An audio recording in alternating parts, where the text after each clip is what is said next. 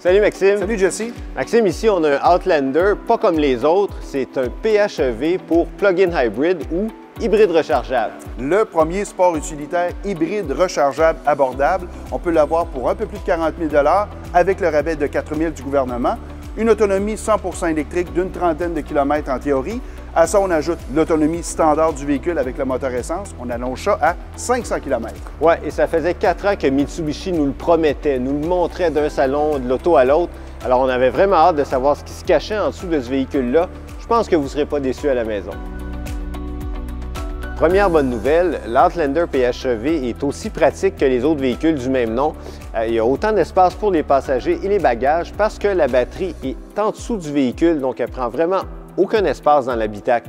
Et grâce à ça, l'Outlander PHEV est vraiment un des véhicules électrifiés les plus polyvalents sur le marché. On peut dire la même chose pour la configuration moteur. En plus du moteur essence, on a un moteur électrique en avant et un arrière, donc ce qui veut dire qu'on peut rouler en mode 4 roues motrices 100% électrique. Et ça, à part chez Tesla, le Outlander est le seul à pouvoir l'offrir dans le marché. Oui, puis il y a aussi différents modes de conduite qui permettent par exemple de conserver l'énergie de la batterie pour plus tard ou encore de la recharger en roulant.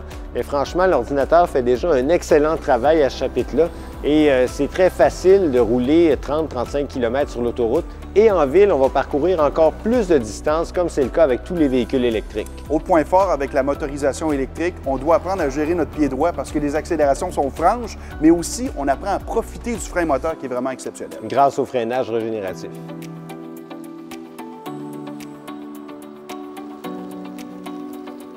Je viens de parler du freinage régénératif. On peut le régler avec des palettes derrière le volant, ce qui est une bonne chose.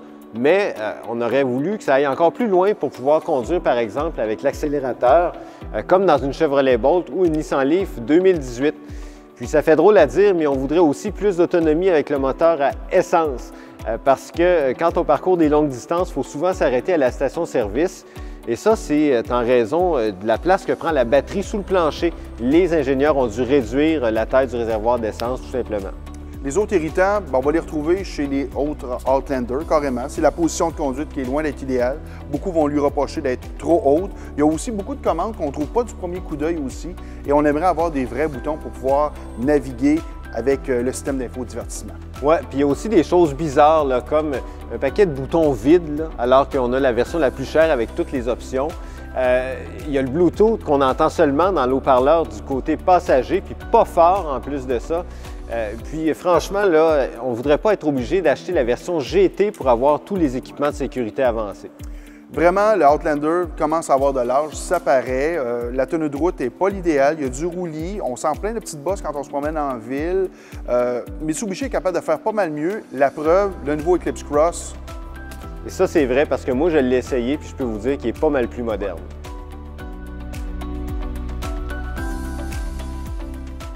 On va s'entendre sur une chose, je pense, l'Outlander, c'est pas le VUS le plus contemporain ni le plus raffiné sur le marché. Mais on est prêt à lui pardonner vraiment beaucoup de choses parce que sa motorisation électrique est très réussie. Oui, le Outlander PHEV est le seul présentement là, dans le marché à offrir le côté pratique du VUS avec la technologie hybride branchable.